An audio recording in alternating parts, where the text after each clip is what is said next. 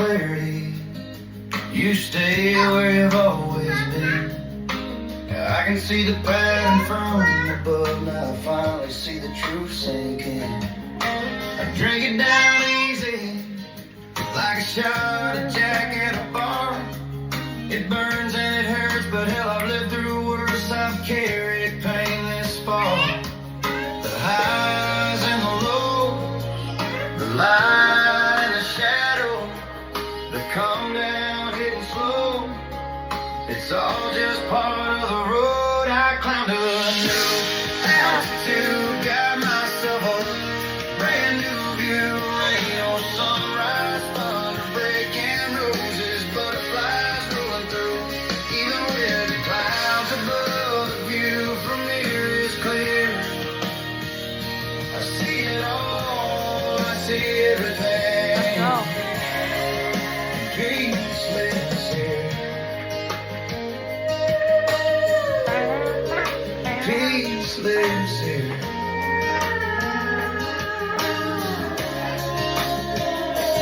I'm not blind to what we were.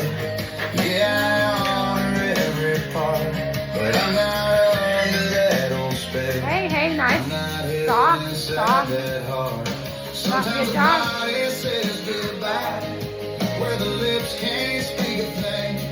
Sometimes closure comes in silence, like a soft wind through Let's the go. spring. I climb to a new altitude, got myself a brand new view. Ain't no sunrise, Let's go. thunder breaking, roses, butterflies rolling through. Even with the clouds above, the view from here is clear. So, I wrote this song yesterday, and it's about where your essence is the same, but you raise your altitude, and the things that used to bring you down, the things that used to be out of your control, the things that used to hurt you, where you used to ruminate in loops, the people that you face that you always felt above you, you face them at this new altitude because you've elevated, right? You've elevated, so the altitude changes. And so sometimes you'll be meeting with someone face to face, but your view is from a higher altitude where you're actually seeing what is happening, what actually is happening. Not what does Ali feel from my trauma and my pain, what does Ali see from the whole view, the truth from that person, the truth from this person, and then everything else is going around. Over at this vantage point, if I'm at a better view at a higher altitude, now I'm going to be able to meet the thing in front of me better. So I got a better view from a higher altitude. When you're on top of the mountain, you're going to see things a little bit clearer. When the waters calm down and they're not splashing and crashing into each other, you're going to see through the storm a little bit better in the waters, right? Can you dance when it rains? When the thunder rolls in and the lightning strikes? Lightning, those are your raw emotions. Emotions and feelings are two different things, okay? Emotions are raw and unfiltered. Raw, they are what rise in the body. If you've ever had a toddler, if you've ever had a baby, their emotions are raw and unfiltered. They are the pure expressions of what emotions are normally supposed to look like naturally. The natural state of emotion, energy and emotion naturally without confinement or judgment. As parents, sometimes we teach our kids to suppress some bad emotions. So sometimes we have a really good kid because we taught them not to feel anything. Does that mean they're a good kid? That means they're a struggling one, right? Feelings, that's the meaning you give your emotion. So say that you keep feeling a certain way, it's because you're putting meaning to the emotion rather than I would always say sit with your emotion rather than your feelings, because your feelings will keep you in the prisons. Emotions will help. If you can sit, this is when, like, a feeling is in your head. You're going to feel it and it's rumination. It's what you give meaning to, what emotion comes in. So say you're a child and you were called names when you cried. Well, now when you're an adult and you're sad, you're probably going to feel some judgment, resistance. You're actually going to feel your body tense up. Or you might be so numb that you can't even cry now, right? Is that so? Feeling is what you give meaning to your emotion. Emotion just is. This is when the witness comes in, and there's no judgment. There's just, Ali, this is sadness, and it lives right here in your body. And you put your hand over it and you breathe into it and you give it space and you expand and you allow it to be as it is, and then you feel it and it moves, and that's how you transmute feelings. Feeling the emotion, that right there, okay, I'm feeling the emotion, right? I'm not giving meaning to it though. So sometimes the storm is smaller than we think. The feeling is more like the thunder, and the emotion is the lightning, it's the strike, the raw boom, and then the thunder is like the thoughts, boom, this is what it means. You know, you ever hear someone say the same story for 40 years and they still have the same emotion about it?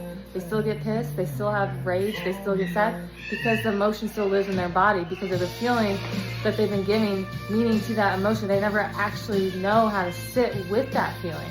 They don't know even how to be with it, hold it. They know it's there, they know it bothers them, but they don't know how to get rid of it. Well, you can't reject a kid. You can't reject your feelings. You have to let them come up. You have to. It's like holding a baby. They're gonna keep crying until you hold them and you give them space to just be, right? And then the rain is tears, and the thunder, lightning, and rain, all metaphors for the human experience of raw emotion, feeling the emotion. If you give meaning to it or not, you're gonna know the difference by how you feel afterwards. It's gonna be cathartic compared to, I feel stuck. And the rain is the crying and the tears that come through. And then me, I don't have to be the weather, right? I can dance in it. This is the storm.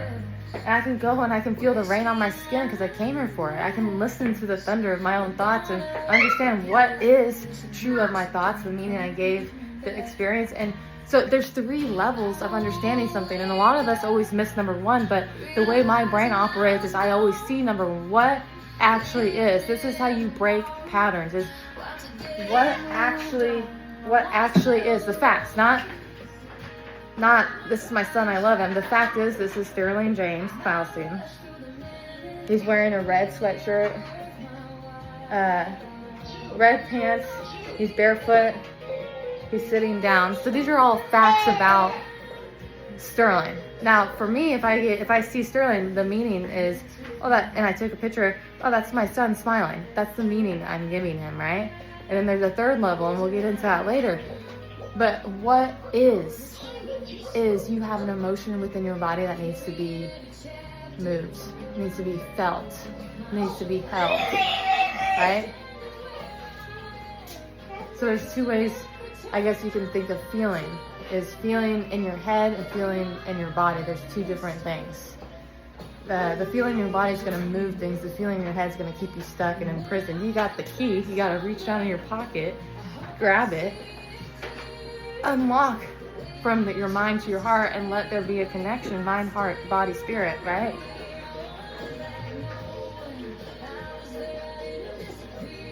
So important to do this, because now you can be in the moment and you can understand when there is a storm, you know how to hold it.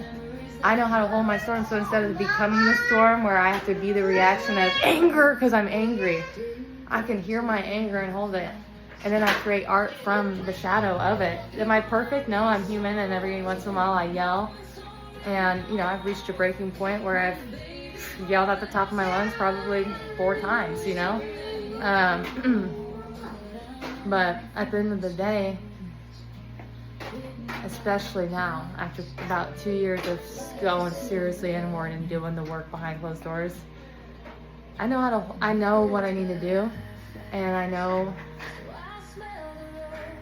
that what I'm teaching is truth because it's lived experience.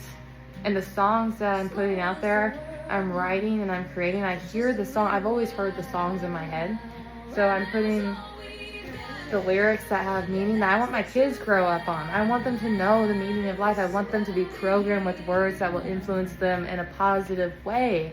Who you are and what you say programs you. the you that you become, the character role that you take on, your name, your job role, how you interact with people, how you engage with situations. Really, when you go from one level to the next level, you go from reacting and becoming everything that you feel or think you have the right or justification to feel or be, to now you just start witnessing everything that you do, and you go, oh, I didn't really like how I did that right there, so I'm going to change it. And you start just, it's like I said, it's off-court training. It's like I used to do drills where I had to break down my swing and pause and see, is this the right position? This is mirror drilling, where the mirror would be in front of me, and I'm looking at my form, looking at me. So the whole point of me wanting to do this is to teach people this.